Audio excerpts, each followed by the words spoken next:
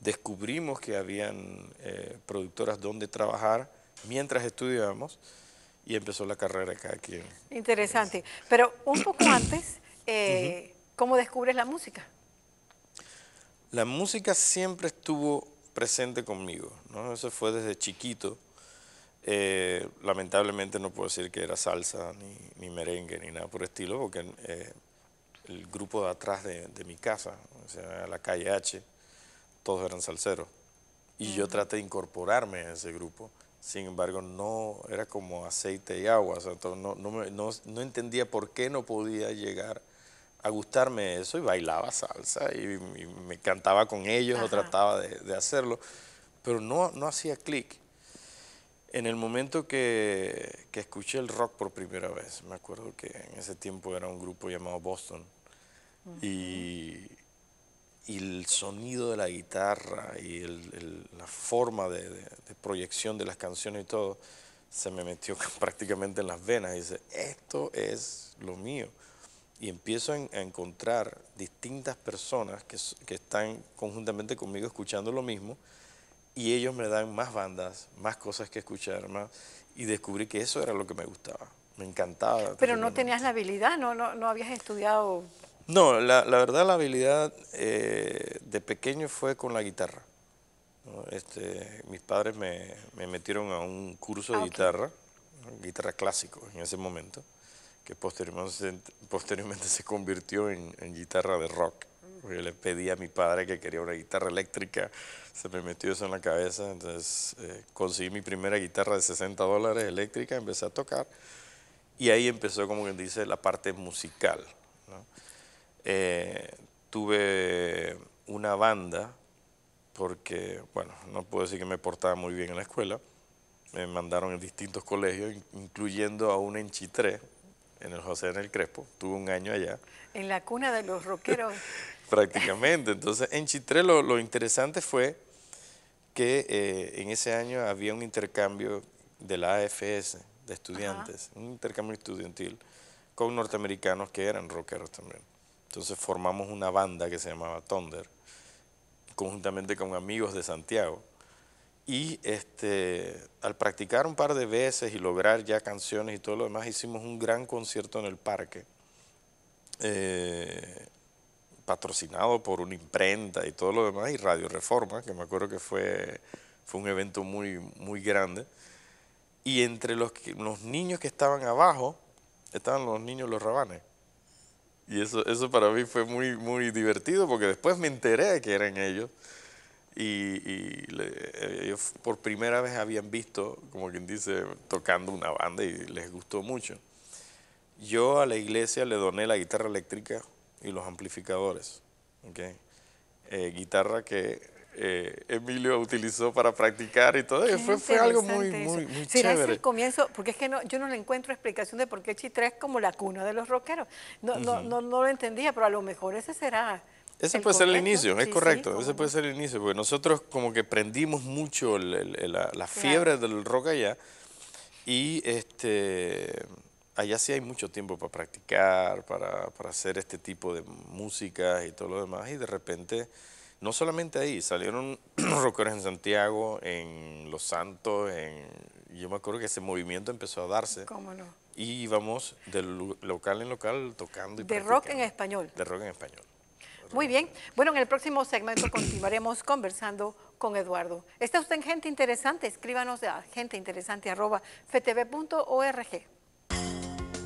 El rock en español o el rock latino es sencillamente un asunto de idioma. Es una manera simplista de definir un movimiento que ha tenido una larga trayectoria y que ha enriquecido su esencia con una gran cantidad de estilos y variaciones. Está usted en Gente Interesante y estamos conversando con Eduardo Verdurmen. Bien, Eduardo.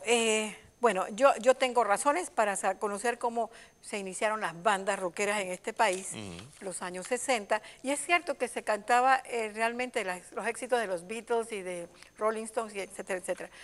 Pero lo que me llamó la atención cuando conocí la banda Cuarzo, que me imagino que habrás tenido otras experiencias con otras bandas, Ujú. y con Océano, que también fue grabado por esta televisora, fue la calidad del sonido. Ok. Cuéntame, ¿cómo llegaron allí? Ok, en Cuarzo el fenómeno que ocurrió fue que nosotros estuvimos practicando cerca de 3 años antes de salir al aire, ¿no? Se nos presentó como manager, le gustó la banda, el sonido y todo lo demás, el gerente CBS en aquel momento, que era la disquera, una de las disqueras más poderosas que había, y nos dice, oigan, ¿ustedes están preparados para firmar conmigo y sacar un disco? Nosotros, perfecto, vamos a hacerlo. Y me acuerdo que el primer single era un disquito chiquito de 2 temas, que era Amor de Niños y no me acuerdo cuál era el otro, sacado por CBS, que era una firma bastante grande. ¿Cómo Así que no? cuando nos grabábamos en estudios de verdad. Fue para nosotros, como que hice, una experiencia muy, muy interesante. Y el single salió a la calle y se vendió ¿Qué nombre todo. tenía? Amor de Amor Niños. de niños. Sí, ese fue el primer disco Y de Chica de Cuarzo. la Playa, Eso vino después. Cuando llegó Chica a la Playa, ya nosotros íbamos a sacar lo que se conoce un LP, un acetato grande. Chica a la Playa ocurrió un fenómeno bastante interesante entre todas las cosas.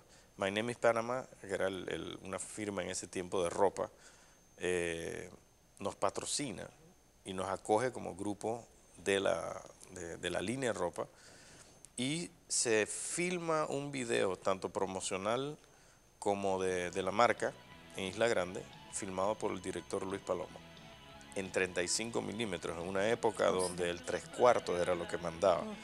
Porque ahora 3/4 era la máxima calidad, o sea, 35 ya era una calidad prácticamente de afuera de Estados Unidos, era cine.